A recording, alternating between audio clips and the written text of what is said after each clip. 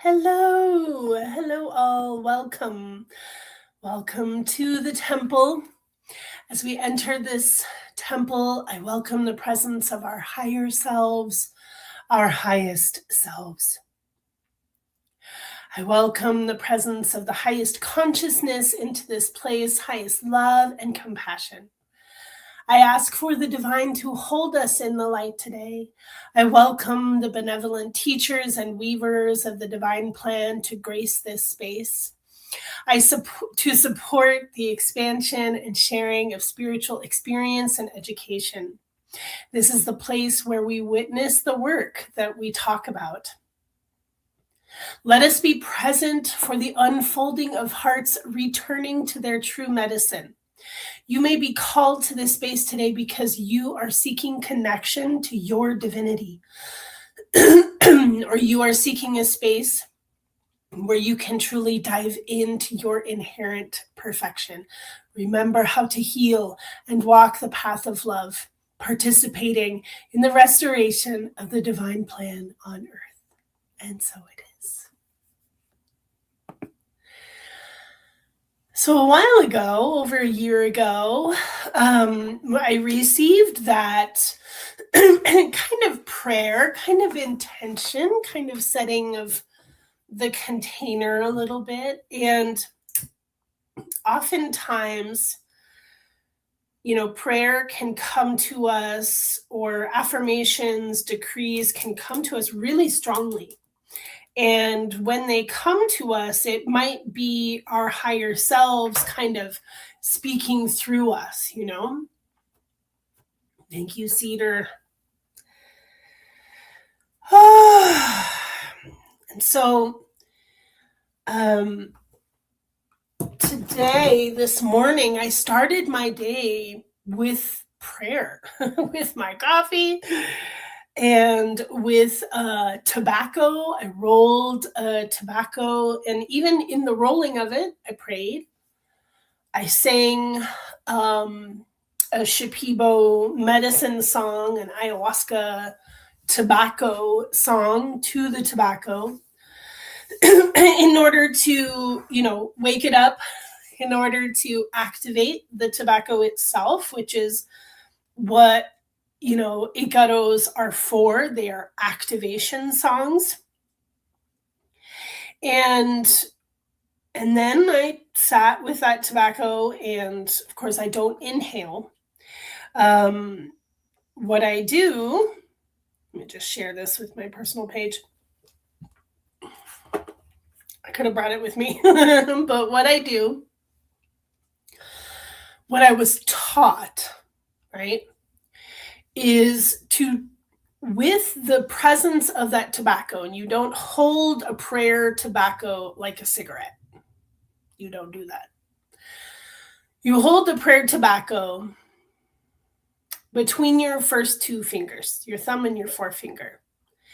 It's said also that, this is Creator looking back at you when you hold the tobacco like this. And I learned to pray in this way in the jungle, initially, literally 20 years ago, in 2006, when I went to the Peruvian jungle to drink ayahuasca for 3 weeks. And a part of the indigenous spiritual lifestyle within these tribes that have lived with the plant medicine thousands of years, right? I think it's about 1,000 years actually that they have, and it might be in Brazil, that they have recorded awareness of the working with the plants in the way that they work with them now. So this is a strong tradition. And in South America, in Peru especially, they grow the strongest tobacco on the planet. It's called mapacho. And hello, Donna. Hello. And so the mapacho tobacco is not to be inhaled. There are people who inhale it to their own detriment, I'm sure. Um, but you pray with it, and they make little cigarrillos, as they call them, little cigarettes with the mapacho. But what the ayahuasqueros and the curanderos, what they do is they actually have these big papers, and they roll these. They look like cigars, but they're rolled with paper and not tobacco. And these are for praying. And what I was taught is that when you pray with the tobacco, that that your mind is always on the prayer, always on gratitude, always focused on that. You don't want to get distracted into conversation. You don't want to be pulled into thoughts that are away from prayer, right? So um, so then you're taking the smoke into your mouth and you're releasing it. You're not inhaling it, but you're also blessing yourself. You bless the front of your body, the back of your body, the top of your head, the back of your neck. And by doing this, tobacco is incredibly cleansing. It is a masculine plant, so you're working with masculine energy to clear yourself, to activate yourself, to bring you into deeper prayerful process. The tobacco itself is it's an incredible plant, and truly honored and revered throughout the Americas. As far as I know, it's only native to the Americas, not anywhere else on the planet. And there's a story that when the Spanish came to what is now Colombia, that the indigenous there, when they shared the tobacco with the Europeans, they did not tell them not to inhale it. The Indians, when we can call them Indians, it just translates to Indios, which is in God, right? So it's not a negative phrasing or connotation when you actually refer to indigenous people as Indians. Thank you, George Carlin. So the indigenous of what is now Colombia did not tell the Europeans not to inhale it. They knew that it would be their downfall. That improper connection to the tobacco plant would create disease, right? Would create harm for the people who were consuming it. And so they didn't warn them and they didn't tell them, right?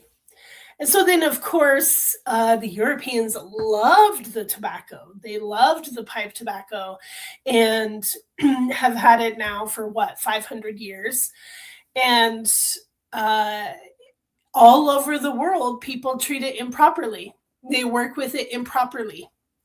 And so whether or not you have a relationship to tobacco, you can have a correct relationship with the plant.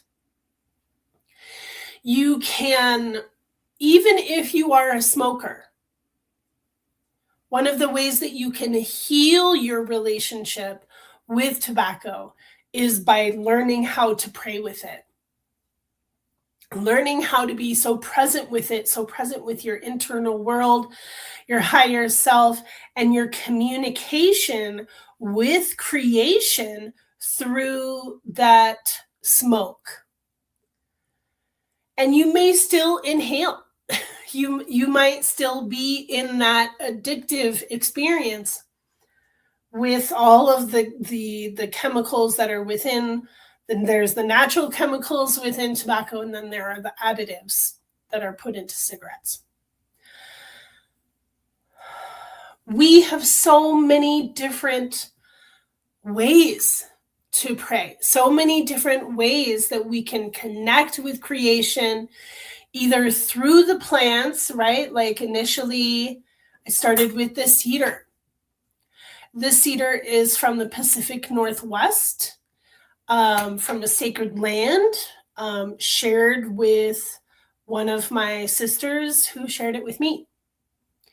And I tied this little bundle on New Year's Day, on New Year's Eve. And with the prayer for clarity, healing, insight, and protection.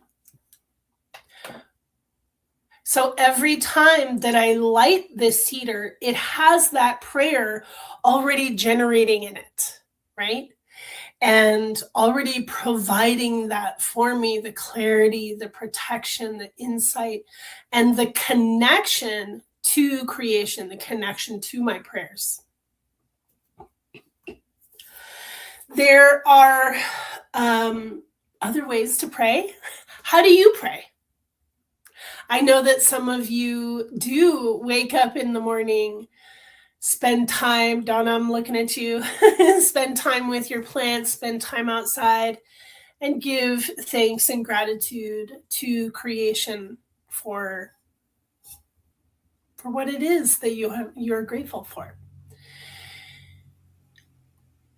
I'm in a certain place in my life where I'm kind of in a new place again, a new place of discovery, a deepening with the dragon self. And she teaches me poise, presence. She teaches me, let me rephrase that. She reminds me who I am, right? She reminds me of my power. And when I can, and I'm not talking about Rumara, when I am in the place where I call upon my higher self, and I know that I need assistance or help of some kind, there is the presence of the great being that I am that arrives. We all have this. It's not that we're all dragons in our higher forms, but we all are something in our higher forms. Many of us are in dragon form in our higher selves. And whether you connect with that, whether you resonate with that,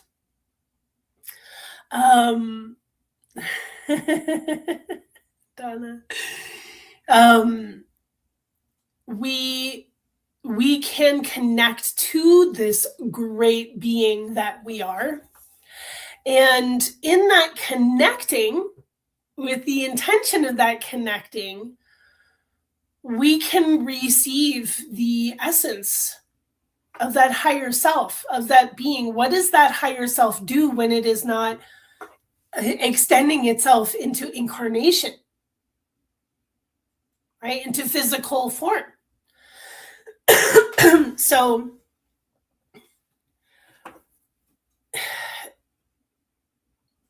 whether or not you feel connected to the dragon awakening that's happening on the planet, there is still an awakening that's happening within you in regards to the great being that you are.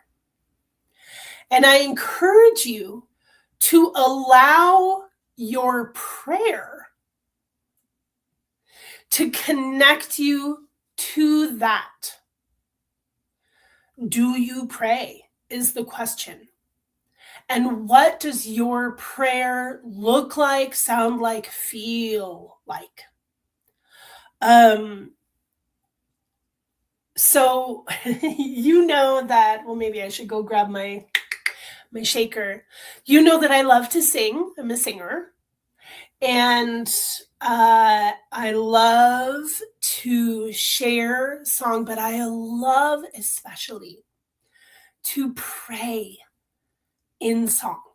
I'm going to go get my shaker. I'll be right back. Forget it. Don't go anywhere.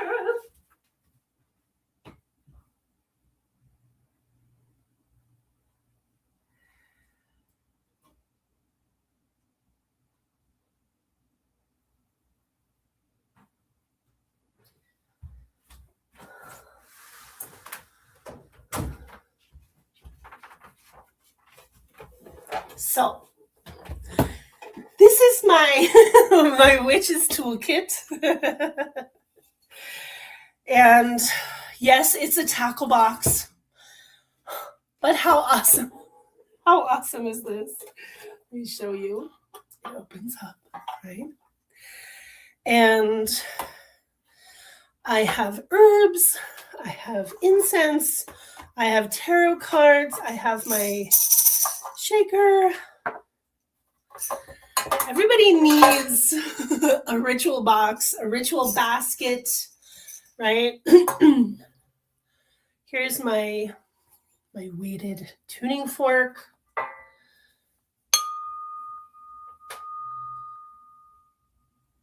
Right? It's weighted so that it can be applied to the body. Right? I have my rose anointing oil. Oh, there's probably like 5 drops in there left. But most important, let's see, what else do we have in here, right? So we want to have a place where magic is held inside.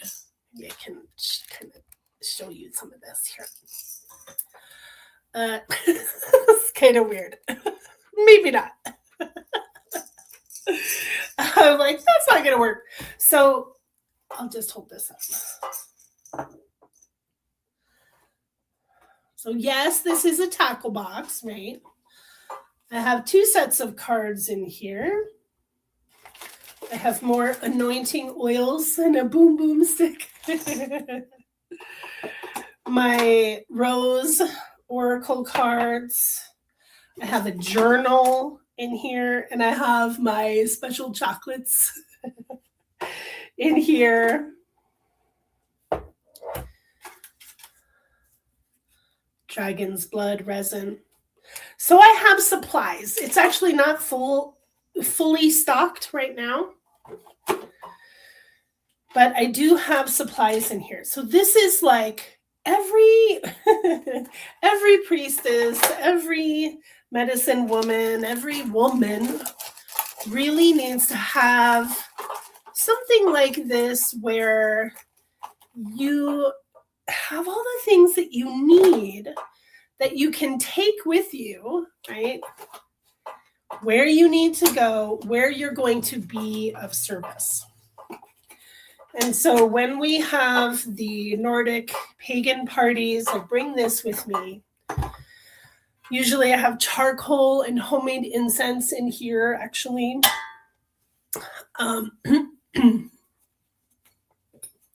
But most importantly, my shaker, my shakapa, is kept in here, which is why I got it.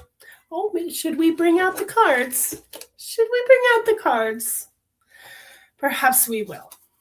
Perhaps we'll pull some cards today if you guys like.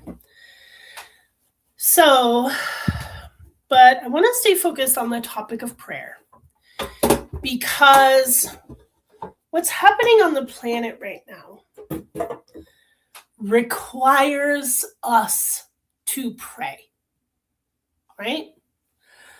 What is happening on the planet pretty much all the time requires us to pray.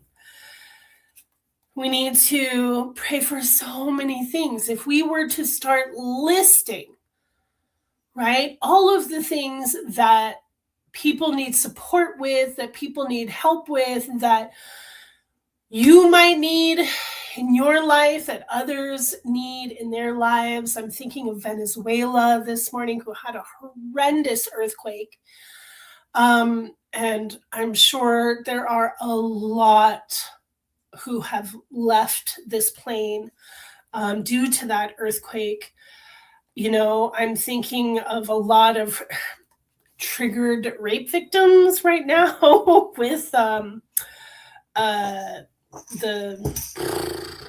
McGregor on Fallon. There's a lot of things that are coming to the surface, and energetically, astrologically, a lot of things that are stirring. We have Mercury retrograde coming. We have this, Jupiter and Mars and all of the things that they're doing. Uranus going into Gemini, Mars going into wherever the fuck it's going now. And just like, oh my goodness. There's so much that we need healing about on the planet, that it's like we need all of the unicorns to be in their place, in their positions, correcting the distortions, because that's what they do. That's one of the main things that the unicorns do, is that they correct what has been distorted, inverted, right? Maligned, right? And so when we include them in our containers, when we include them in our prayers, then they can be used. Remember, we live in a free will universe. They will do things of their own accord, but if we need them to do things for us, then we need to ask them, right? So when you pray in song, excuse me, when you pray in song, you are using your whole being. You're using your whole brain. When you sing, the whole brain lights up. So it's not just the cognitive part of the brain, the memory part of the brain lights up. All of these different connectors, crossing neural pathways, cross hemispheric action as well, because of the different organs that are being activated. Lung and heart are coming into coherence, and and so you're regulating your breath, you're regulating your heartbeat, you're regulating your nervous system, and you're using your whole brain, plus you're setting your intentions, right? So let us,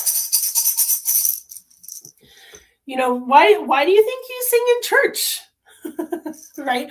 Why are there always songs involved when it comes to religion and prayer?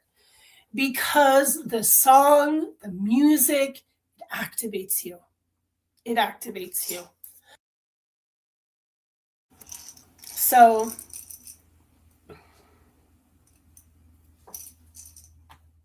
I'm hearing a song as I look at my Chakapa.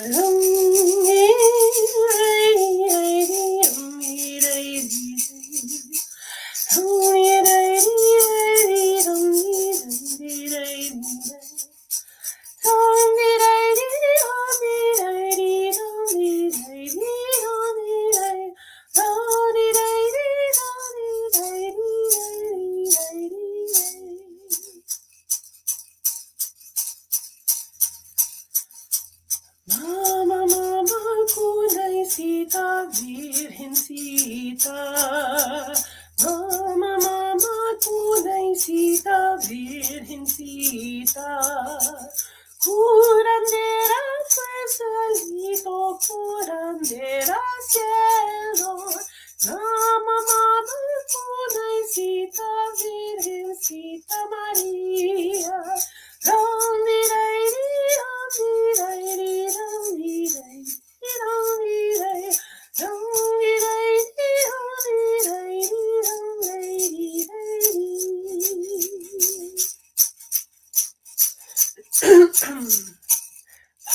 Papa, Jesucristo, Cristo del cielo. Papa, Jesucristo. de cielo. Cielo manda y da mi oración. Dame medicina, Papa Jesucristo.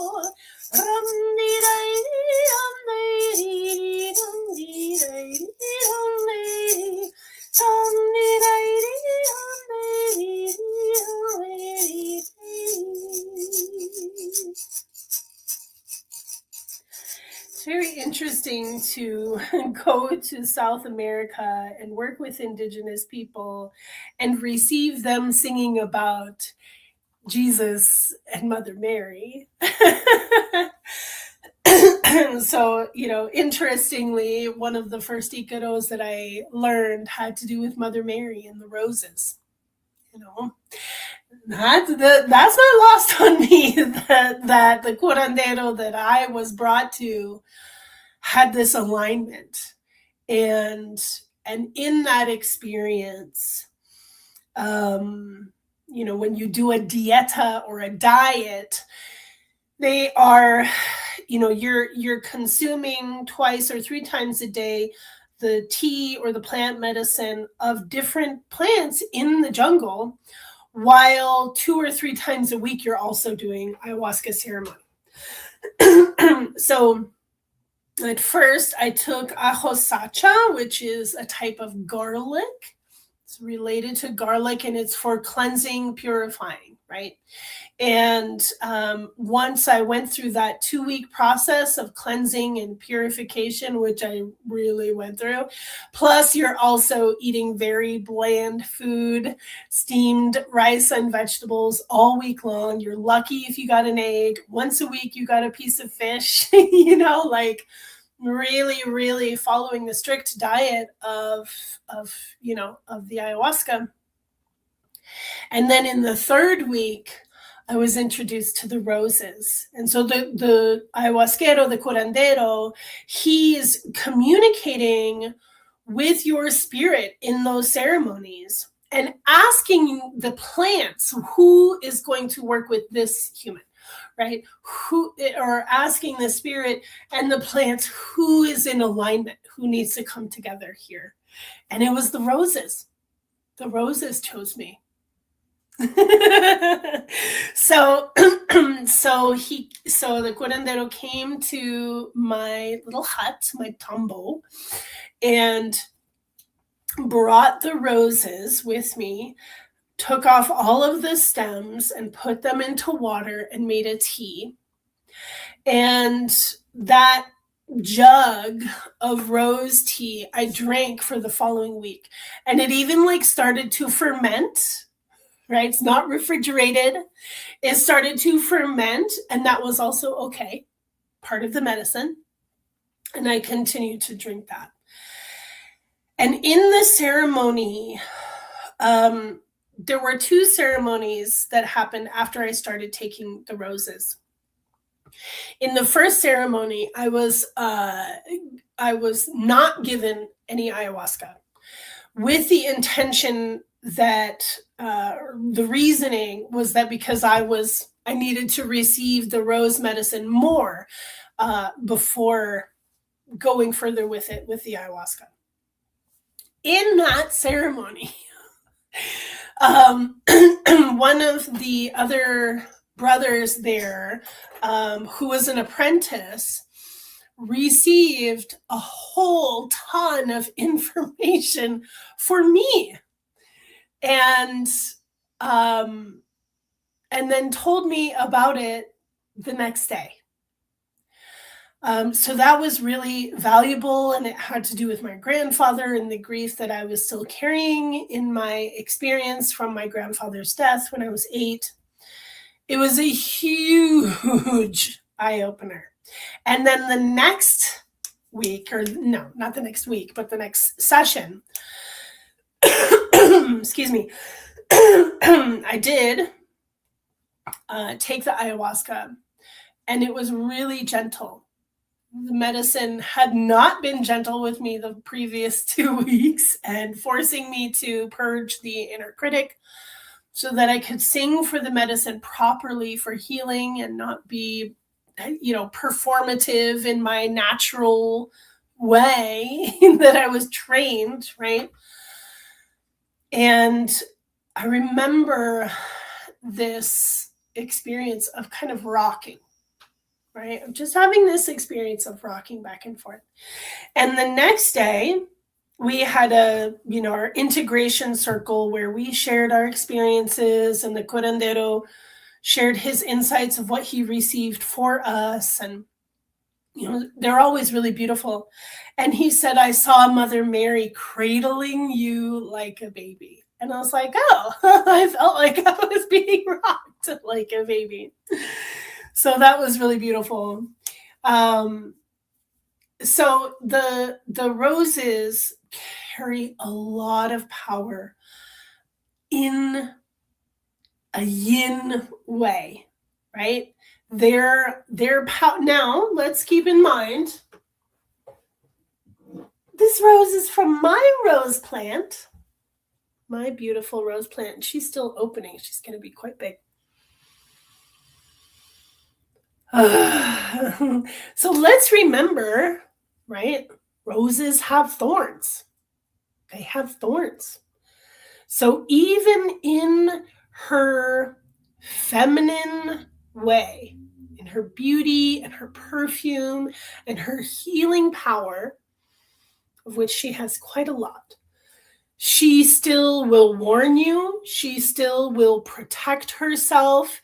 She still will take care of you by bringing you into hyper awareness. That's what the thorns are about. They're about being aware, not just protecting yourself, but, oh, there are edges here. Oh, there are opportunities here, right? For more awareness, and also more awareness of your prickly parts, right? What are the parts of yourself that are sharp, that may even be unkind, right? But then what are the parts of yourself that are boundaries? How do you hold your boundaries? And what happens to individuals that don't respect your boundaries? Do they get the thorn, or do you still provide perfume? Right? So the roses have so much to teach us about boundaries and protection, but also about the energetic reciprocity. What someone gives to you, are you going to give it right back to them? If someone is being disrespectful, are you going to keep fawning or, just giving them what they want? Or are you going to actually have boundaries and hold them and protect them? Right? Let's sing for the roses.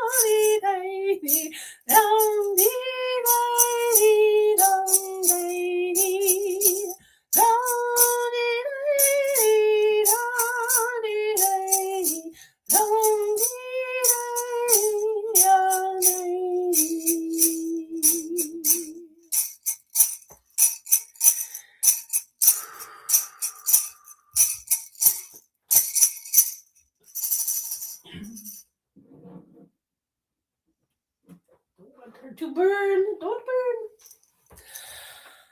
Yes, roses hold the highest frequency of all the flowers and plants on earth. They hold the highest frequency. And so this bottle from the Emerald Temple, made specifically for the Sisterhood of the Rose,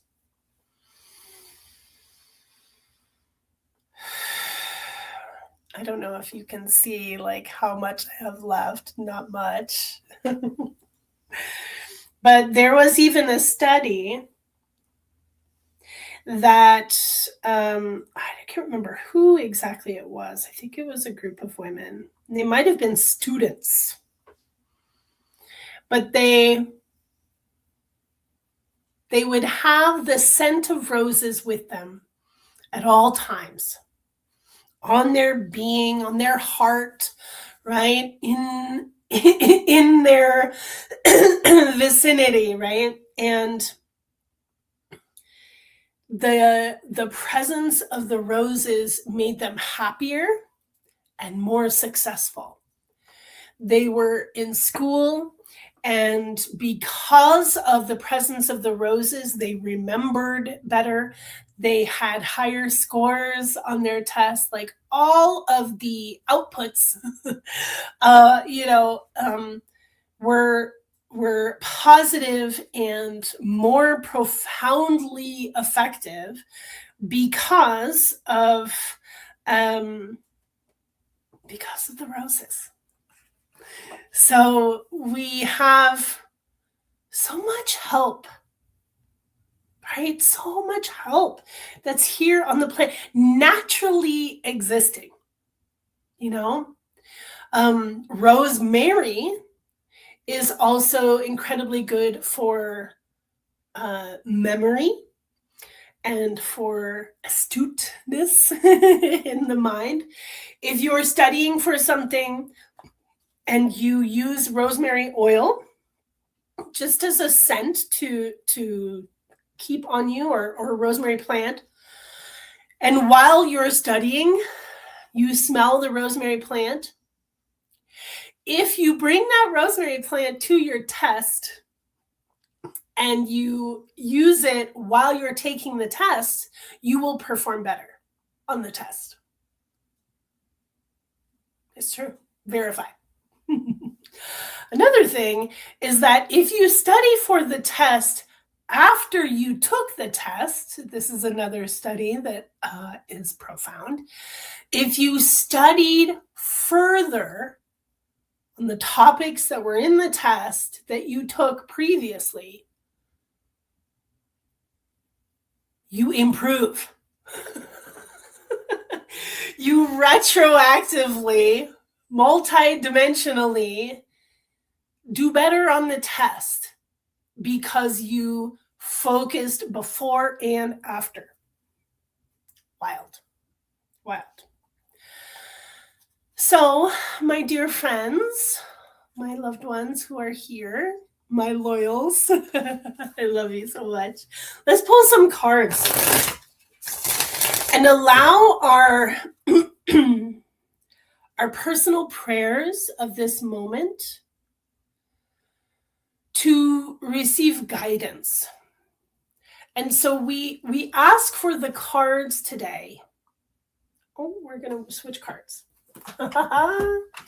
We're asking the cards today. I haven't used these in quite some time. To bring guidance based on the prayers that we have for our lives right now.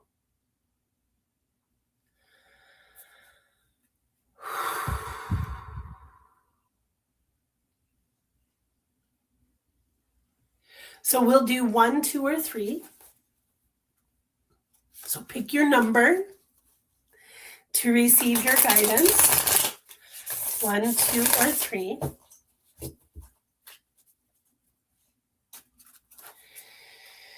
Whew.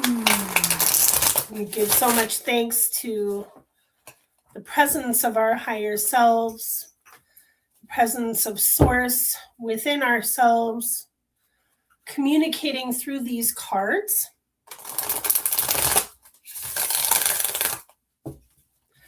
I'm going to pick number 2 today. I see you. Picking 3 and 2. Okay, I'm with the 2 crowd, just so you know. Yeah. Any ones here? Any takers for 1? So maybe in the replay, if you're choosing 1, this first card will be for you. And let's go. Let's see if anybody wants to jump out. Not usually very good at this part. There we go. Ooh, the Chariot. So this is number 1. If you chose number 1, the Chariot. So this is the Tarot of the Cosmic Seed deck by Lalania Simone. This is a local Coloradan priestess, medicine woman, amazing. She started a ritual arts, alchemy ritual arts store, which is in 5 Points in Denver, right at, Walton and what is that, 25th, I think? Could be wrong. Okay, Jessica, this is for you then. And so then she also just opened another metaphysical store in Colorado Springs. Okay. The Chariot, number 7. So the Chariot, if you recall in traditional decks, this is like there is a rider, a warrior who's sitting in a chariot and has two beings, lions, sometimes horses, others, who are pulling this chariot, and he's not holding the reins. And so you can see this, this woman in her kind of audacity and her joy of movement and carrying things forward. She's got a badass ride.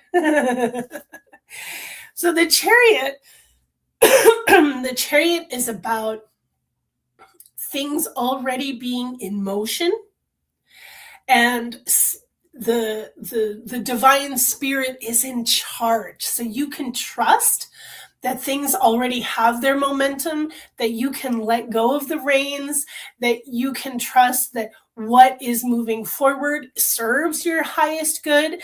You can trust that where you are going serves your highest good, and that you are divinely guided, especially. The Chariot, I have, I'm seeing different decks. In the Thoth Tarot deck, this card is a bowl of water. Yeah, you can resonate with all of them.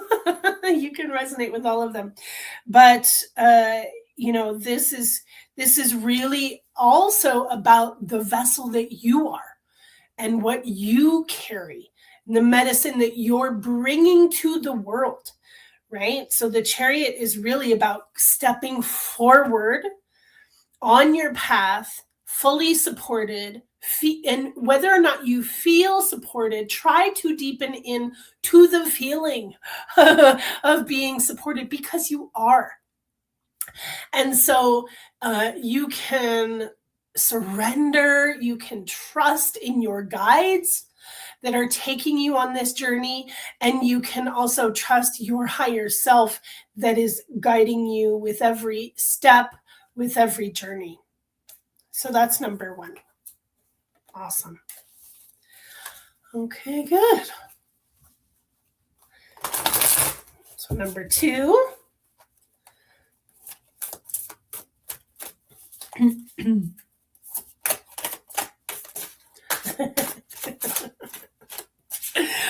Oh. Number 2, we get 2 cards. Number 2 gets 2 cards. Interesting. So first we have the sun.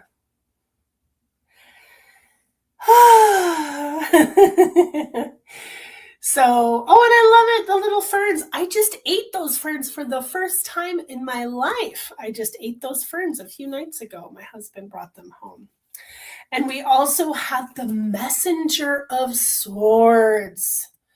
Beautiful. This is a really, really lovely turn of events for number 2s. I also chose this one. So the sun is like, hey, guess what? It's your time to shine. Hey, guess what? It's time to let the light shine on you. It is time for visibility. It is time for you to see yourself, honor. There's also the presence in the traditional Rider-Waite cards of the child on top of the horse, right? And this image of the playfulness of the child as well. But the sun is really about like letting the light shine on you, the trueness of who you are and what you are meant for in this world, where you are headed, but that right now, this is your time. This is your,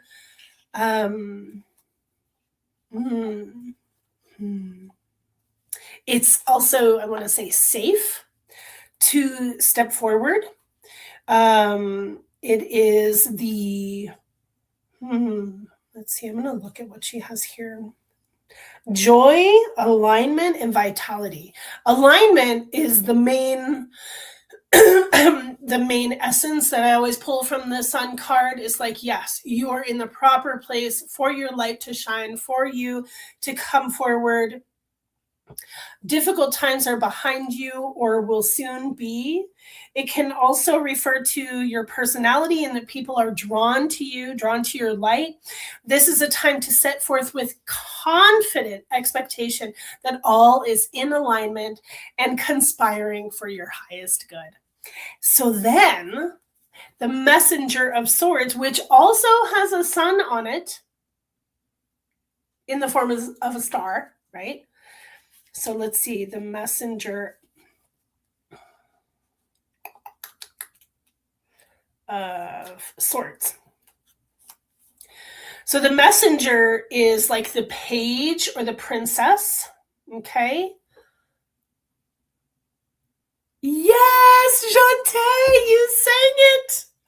Oh, I can't wait to hear all about it. Tell us how it was. Well done. Jante has been taking voice lessons with me for almost a year and a half, and she sang finally at her open mic that she visits. I'm so proud of you. So happy for you. Yes, follow the sun. So the messenger of swords, conjunct the sun, right? The messenger of swords, curiosity, communication, new ideas. I always see the page or the princess about a growth, right? And a new way of communicating, right? So the page or the messenger is like, I actually need to improve on my ability to communicate, improve my communication skills. So let's see what the book says. Messages from the air element, connection to the wind is a new perspective emerging. This is a time for learning something new, expand your mind, a curious and intelligent person. Yes. So lots of curiosity, which is this phase, the page, the princess, the messenger. But it really is like, yes, there's a changing of perspective. There's a shifting of the mindset as well. And I can really resonate with this for what I'm working on personally and with my business as well. And so that feels really good. Yay, so that was number 2. So let's see about number 3. And, I might just do this almost every week, like the last 10 or 15 minutes, pull cards for everyone. Because, I just find it so helpful. I never pull cards for myself, but if I'm pulling them for you, it's easier for me to receive them. Isn't that funny how we have such a hard time, right? Like, especially as oracles, like doing this kind of work for ourselves can be difficult, having that objective perspective that is really necessary and helpful.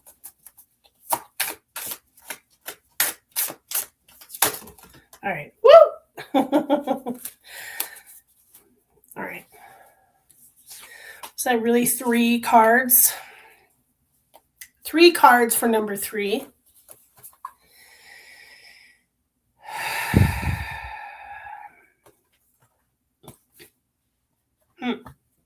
Okay. So first we have the 10 of Swords.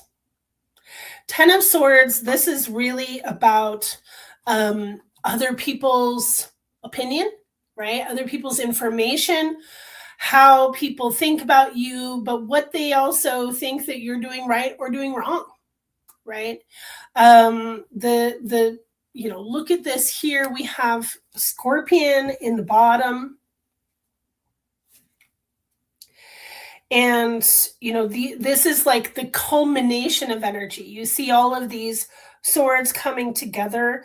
This is a huge shifting time. It might feel like the end of something, a finality, right? A painful ending. This can feel like a loss. This can feel like, I can't take this anymore. So I'm going to,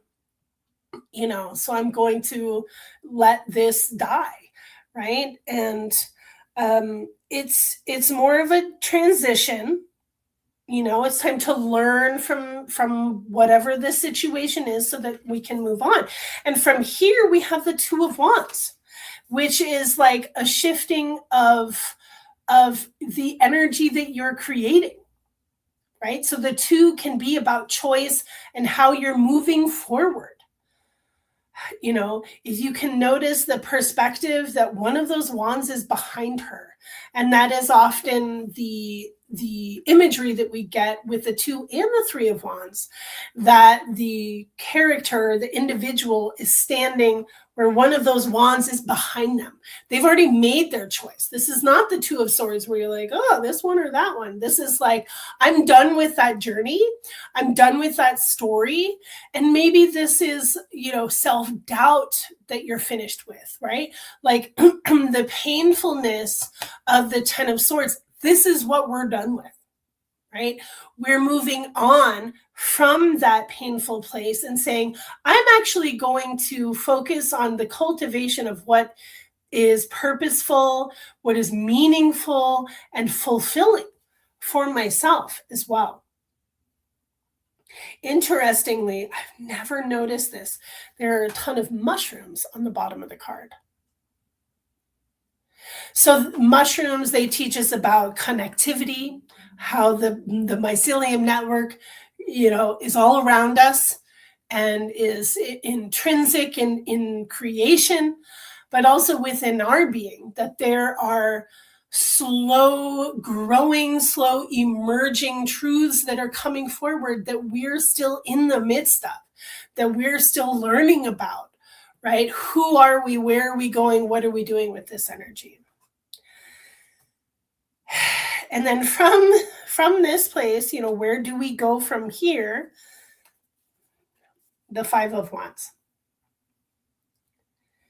5 of Wands, can be challenging. It's like, too many cooks in the kitchen kind of a thing, that we are kind of coming up against energetics or other people that don't agree, that have different agendas. It's, it kind of makes me think of like the natural world facing technology, and how do we come to terms with our differences of being, not just differences of opinion, but that we're creating different worlds. How are we going to, come back into cooperation? This could, reflect an inner conflict, but this is showing us that we actually need to be willing to work with a diversity of opinions. How are you able to move forward even surrounded by people that don't agree with you or don't believe in the same things that you believe in? That can be hard, right? And interestingly, that both, these cards, the 10 of Swords and the 5 of Wands, can be quite similar.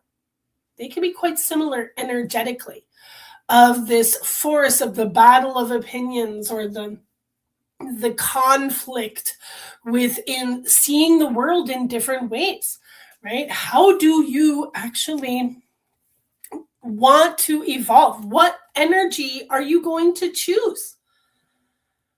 Being concerned about what other people think, 10 of Swords, or even maybe allowing yourself to shift in awareness or expand by receiving someone else's information or opinion, in the 5 of Wands, or dedication, right? The Wands are fire. The Wands are the movement, the motivation, the spirit, right? So we need to come back into, alignment, and release the pressure within us that's fighting against opposing forces, and choose that narrow path, choose that alignment. Yeah.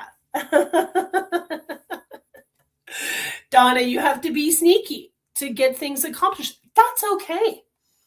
If in order, so that you are not having to come up against these energies that are saying no, or you're not allowed to do that, or you're not allowed to feel that way or think that way, then you find another path, right, that shows you the way forward for self-fulfillment, self-love, right, self-gratification.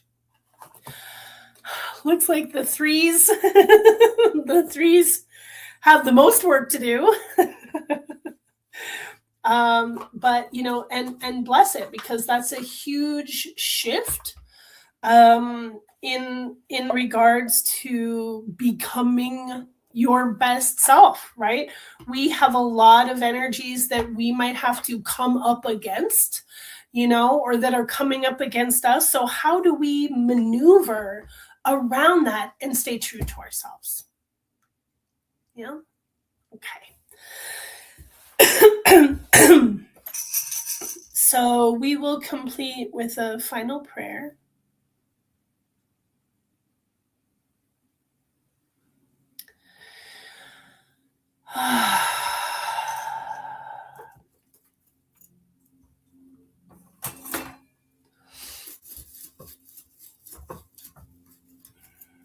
Actually, let's get some different herbs to burn here.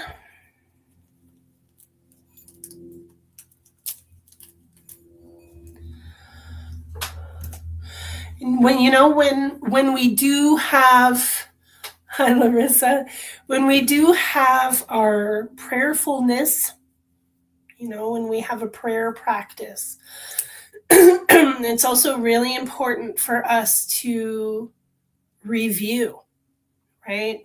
What was your prayer last year? This time last year? What was your prayer at Yule? What was your prayer at Ostara? What seeds did you plant at Imbolc in the dead of winter, right? So you can, receive some of this smoke here.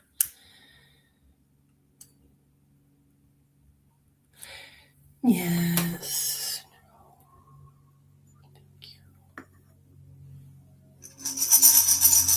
I am wearing amethyst. I made these little earrings for myself. Yeah.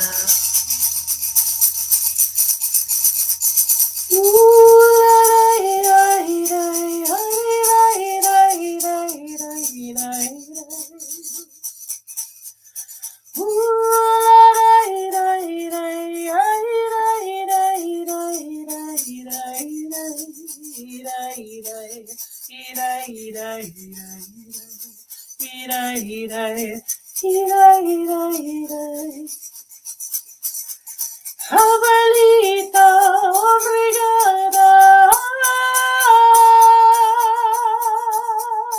Abuelita, Madre Tierra, obrigada. Thank you for my life. Thank you for the love in my life. Thank you for this health. Thank you for this wealth. Thank you for everything. Abuelita, obrigada, Madre Tierra. Pachamama, mama.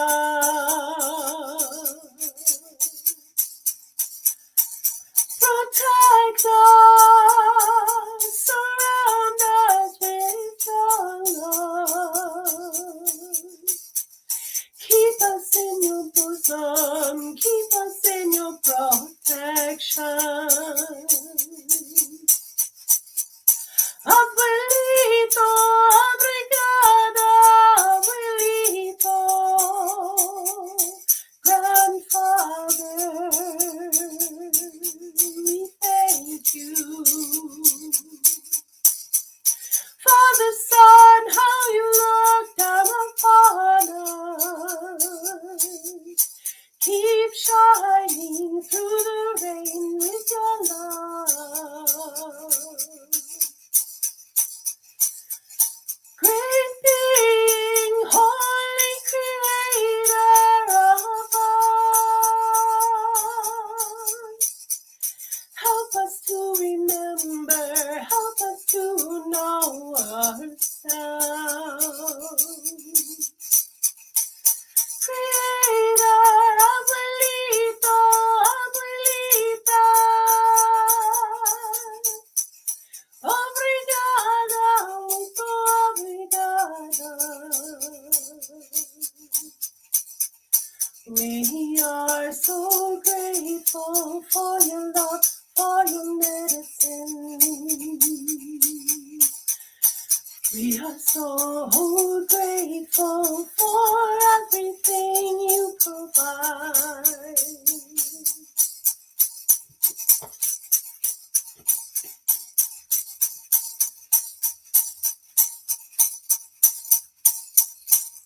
Okay, one more thing and then we'll be done.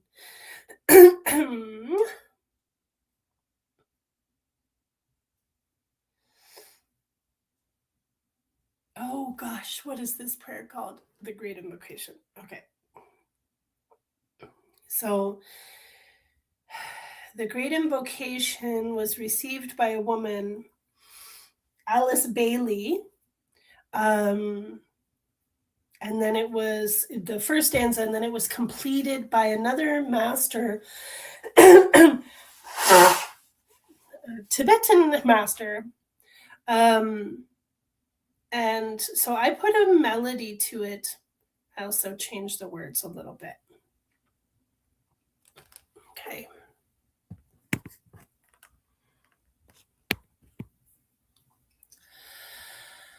Ooh, this is the Great Invocation.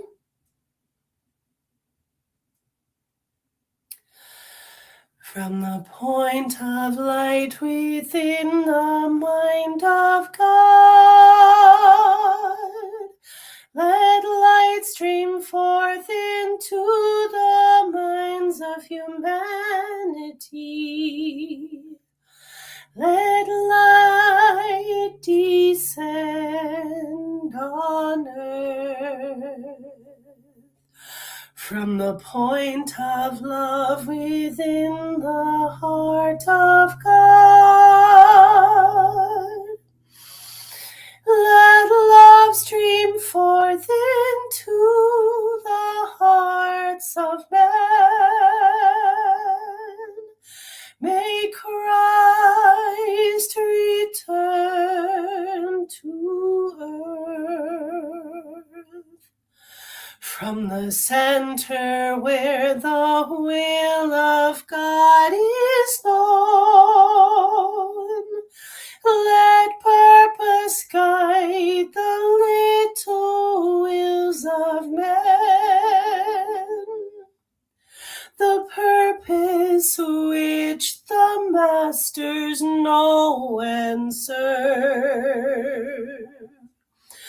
From the center which we call the race of man, let the plan of love and light work out, and may it seal the door where evil dwells. Let love and light and power restore the plan on earth. Sing it with me. Let light and love and power restore the plan on earth. Let light and love and power restore the plan on earth.